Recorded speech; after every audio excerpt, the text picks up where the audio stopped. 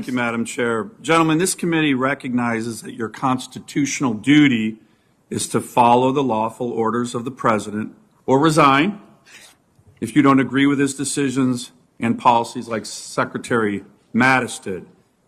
But I want to emphasize you do not have a duty, constitutional or otherwise, to cover for the Commander-in-Chief when he is not telling the truth to the American people. With that, I have a few questions that I'd like you to keep short, concise answers to. On August 18th, in a media interview to the American people, the President said that none of his military advisors told him that he should keep U.S. forces in Afghanistan. General Milley, that was a false statement by the President of the United States, was it not?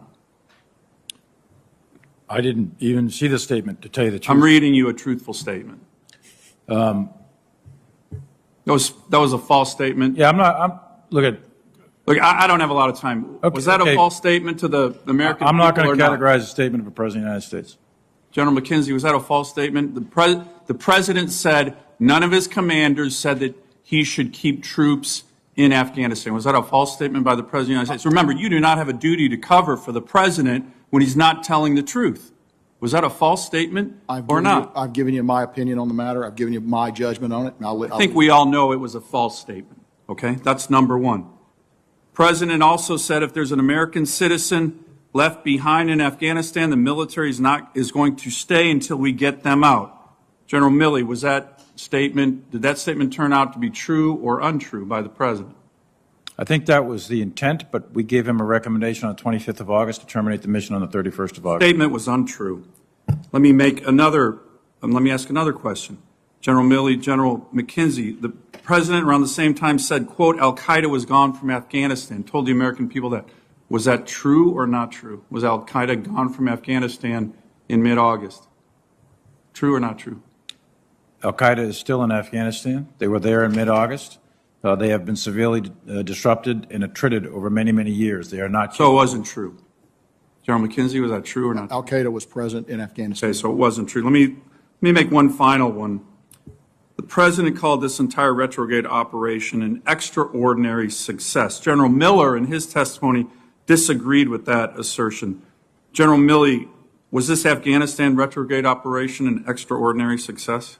There's two operations, Senator. Just yes or no. I have a lot of questions. Was this an extraordinary success? Senator, with all due respect, there's two operations. There's the retrograde, which Miller was in charge of, and there's the NEO, which CENTCOM was in charge of. The retrograde was executed and ended by mid-July with a residual force to defend the embassy. The NEO. You and I have discussed this. Would you use the term extraordinary success for what took place in August in Afghanistan? That's the non-combatant evacuation, and I think one of the other senators said it very well. It was a logistical success, but a strategic failure. And I think those are two different terms. Look, I think, here's the problem. I think the whole world knows. This is the cover of the Economist magazine. Biden's debacle. That had stories in it, articles in it called "The Fiasco in Afghanistan is a huge and unnecessary blow to America's standing." That was one article. Joe Biden blames everybody else. That's another article. China sees America humbled.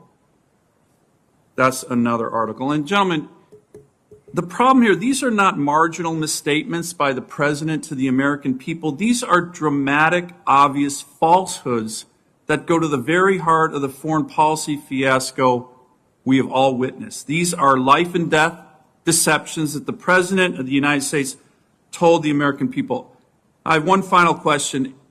I might leave it because it's a long one for the follow-up, but here's the anger. I've never seen my constituents more angry about an issue than this. And it's the combination of everybody knowing that this is a debacle, and yet people defending it as a, quote, extraordinary success. And here's the biggest. No accountability. No accountability. You gentlemen have spent your lives, and I completely respect it. Troops in combat, you've been in combat, you've had troops under your command killed in action. You have been part of an institution where accountability is so critical. And the American people respect that up and down the chain where there are instances commanders get relieved. Up and down the chain, we see it. the McCain incident, the Fitzgerald incident, the AAV incident with the Marine Corps, 3-star, 4-star flag officers, all relieved of duty. But on this matter, on the biggest national security fiasco in a generation, there has been zero accountability, no responsibility from anybody.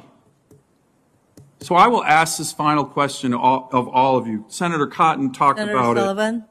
Madam Chair, if I may. Could you submit your question for the record, please? We're trying to keep to a 5-minute questioning rounds. You can ask the question in your second round if you'd like. Thank you. Senator Peters. Because the flag still stands for freedom, and they can't take that away.